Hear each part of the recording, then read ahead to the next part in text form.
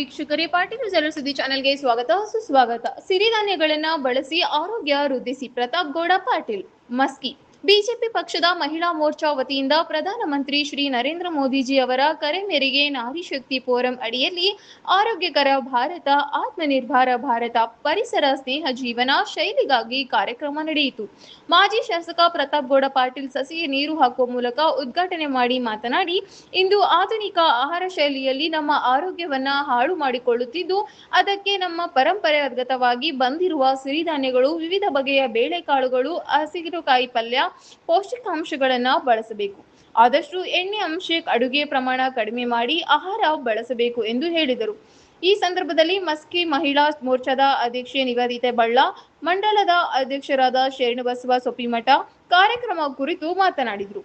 ಈ ವೇಳೆಯಲ್ಲಿ ಮಹಿಳಾ ಮೋರ್ಚಾ ಬಿಜೆಪಿ ಜಿಲ್ಲಾ ಅಧ್ಯಕ್ಷರಾದ ಶ್ರೀಮತಿ ರಾಜೇಶ್ವರಿ, ಕಾರ್ಯಕ್ರಮದ ಸಂಪನ್ಮೂಲ ವ್ಯಕ್ತಿಗಳಾದ ಡಾಕ್ಟರ್ ಶೋಭಾ ದಿವಿಟರ್ ಹಾಗೂ ರಾಜೇಶ್ವರಿ ದಿವಿಟರ್ ಕಾರ್ಯಕ್ರಮ ಕುರಿತು ಸಂಪೂರ್ಣ ಮಾಹಿತಿಯನ್ನ ಜೀವನ ಶೈಲಿ ಹಾಗೂ ಆಹಾರ ಪದ್ಧತಿ ಮತ್ತು ಖಾದ್ಯ ಎಣ್ಣೆಗಳಿಂದ ಆಗುವ ಹಾನಿಕಾರಕಗಳ ಕುರಿತು ಸಂಪೂರ್ಣ ಮಾಹಿತಿಯನ್ನ ಮಹಿಳೆಯರಿಗೆ ಮತ್ತು ವಿದ್ಯಾರ್ಥಿನಿಯರಿಗೆ ಅನುಸರಿಸುತ್ತೇನೆ.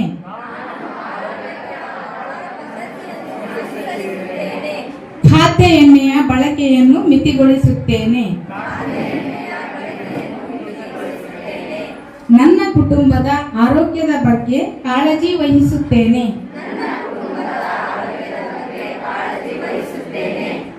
ಆರೋಗ್ಯಕರ ಜೀವನ ಶೈಲಿಯ ಕುರಿತು ಇತರರಲ್ಲೂ ಜಾಗೃತಿ ಮೂಡಿಸುತ್ತೇನೆ.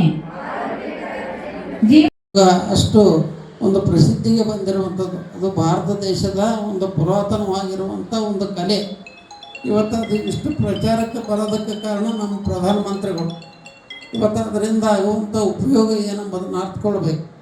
ಇವತ್ತು ನಾಳೆ ಜೂನ್ 21ಕ್ಕೆ ಅಂತಾರಾಷ್ಟ್ರೀಯ ಯೋಗ ದಿನಾಚರಣೆ. ಆ ನಿಮಿತ್ತವಾಗಿ ಇವತ್ತಿನಿಂದ ಯೋಗ ಕ್ಲಾಸ್ಗಳು ಪ್ರಾರಂಭ ಆಗಿದ್ದಾವೆ ಭ್ರಮರಾಂಬ ದೇವಸ್ಥಾನದಲ್ಲಿ. ಇವತ್ತು ನಾವೆಲ್ಲರೂ ಹೆಚ್ಚಿನ ಸಂಖ್ಯೆಯಲ್ಲಿ ಅದರಲ್ಲಿ ಭಾಗವಹಿಸಬೇಕು. ವಿಶೇಷವಾಗಿ ವಿದ್ಯಾರ್ಥಿನಿಯರು ಇವತ್ತು ನಿಮ್ಮ ಸಮಯವನ್ನು ಕೊಟ್ಟು ಆ ಒಂದು ಯೋಗ ಶಿಬಿರದಲ್ಲಿ ಭಾಗವಹಿಸುವಂಥದ್ದು ಬಹಳ ಮುಖ್ಯ.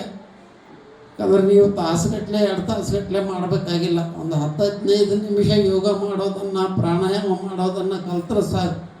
ನಿಮ್ಮ ಜೀವನಕ್ಕೆ ಎಷ್ಟು ಉಪಯೋಗ ಆಗುತ್ತೆ ಎಂಬುದನ್ನು ಅರಿತುಕೊಳ್ಬೇಕು. ಯಾಕಂದರೆ ನಮ್ಮ ಬಾಡಿ ಅದನ್ನು ಡೈಜೆಸ್ಟ್ ಮಾಡ್ತಿರುತ್ತೆ. ನೀವು ಮಲ್ಕೊಂಡ್ರೆ ಬ್ರೈನಿಂದ ಸಿಗ್ನಲ್ ಹೋಗಲ್ಲ, ಅದು ಕರಗೋದು ಇಲ್ಲ. ಹೀಗಾಗಿ ಇಂಡೈಜೆಷನ್ ಪ್ರಾಬ್ಲಮ್, ವೇಟ್ ಗೇನ್ ಎಲ್ಲ ಶುರು ಆಗುತ್ತೆ. ಆಮೇಲೆ ಸಾಧ್ಯ ಆದಷ್ಟು ಹೇಗೆ ಅಂತಂದರೆ, ನಾನು ಹೇಳಿದ್ದಲ್ಲ ನಿಮಗೆ, ಅಡುಗೆ ಶುರುವಾಗದೆ ಎಣ್ಣೆಯಿಂದ ಶುರು ಮಾಡೋಕ್ಕೆ ಹೋಗಬೇಡಿ. ಸಾಧ್ಯ ಆದಷ್ಟು ಮುಗಿಸೋದು ಎಣ್ಣೆಯಿಂದ. 1 ಟೀ ಸ್ಪೂನ್ ಎಣ್ಣೆ ಅಥವಾ 1-2-3, ಆಮೇಲೆ ಟೀ ಸ್ಪೂನಿಂದ ಹಾಕಿ. ಅದು ಬಾಟ್ಲಿಯಿಂದನೇ ಸುರಿತೀವರಲ್ಲ, ಅದು ಮೆಷರ್ಮೆಂಟೇ ಗೊತ್ತಾಗಲ್ಲ. ಸೊ ನೀವು ಎಷ್ಟು ಹಾಕ್ತಿದ್ದೀರಾ ಏನು ಬಾಂಡ್ಲಿಯಲ್ಲಿ ಗೊತ್ತಾಗಲ್ಲ. ಅದು ಫ್ಲ್ಯಾಟ್ ಇದ್ರೆ ಅಂತೂ ಗೊತ್ತೇ ಆಗಲ್ಲ. ಅದು ಎಲ್ಲ ಹರಡ್ಕೊಂಡಾಗ ಏನು ಹಾಕೇ ಇಲ್ಲ ಅನ್ನೋ ಫೀಲ್ ಬರುತ್ತೆ. ಇದೆಷ್ಟು ಹೇಳಿದ್ದು ಏನಕ್ಕೆ ಅಂತಂದರೆ, ಇನ್ನೂ ಒಂದು, ನೀವು ತರಕಾರಿ ಸೊಪ್ಪು ತಿನ್ನೋದ್ರಿಂದ ಇನ್ನೊಂದು ಏನು ಅಡ್ವಾಂಟೇಜ್ ಇದೆ ಅಂದರೆ, ನಾವು ಬೆಳೆಯೋದಲ್ಲೇ ನಮ್ಮ ರೈತರು ಬೆಳೆಸಿದಂಗೆ. ಹಸಿ ತರಕಾರಿಯನ್ನು ಹಸಿಯಾಗಿ ಯಾವ್ಯಾವುದು ತಿನ್ಬೋದು ನೀವು ಹೇಳ್ಬೋದು? ಯಾರಾದ್ರು ಹೇಳ್ತೀರಾ? ಸೌತೆಕಾಯಿ ತಿನ್ಬೋದು, ಕ್ಯಾರೆಟ್ ತಿನ್ಬೋದು, ಮತ್ತೆ ಮುಲ್ಲಂಗಿ ತಿನ್ಬೋದು, ಹೀರೆಕಾಯಿ ತಿನ್ಬೋದು, ಬೆಂಡೆಕಾಯಿ ಕೂಡ ಹಸಿಯಾಗಿ ತಿನ್ಬೋದು. ಹೇಗೆ ಅಂದರೆ, ಇನ್ನು ಅದಕ್ಕೆ ಸ್ವಲ್ಪ ಹಸಿ ಕೊಬ್ಬರಿ, ಕ್ಯಾರೆಟು, ಸೌತೆಕಾಯಿ ಎಲ್ಲ ತುರಿದು ವೆರೈಟಿಯಾಗಿ ಎಲ್ಲ ಮಿಕ್ಸ್ ಮಾಡಿ ಈಸಿಯಾಗಿ ಮಾಡುವಂಥದ್ದು, ಬೇಗನೆ ಆಗುವಂಥದ್ದು ಮತ್ತು ಆರೋಗ್ಯಕ್ಕೆ ಉತ್ತಮವಾಗಿರುವಂತಹ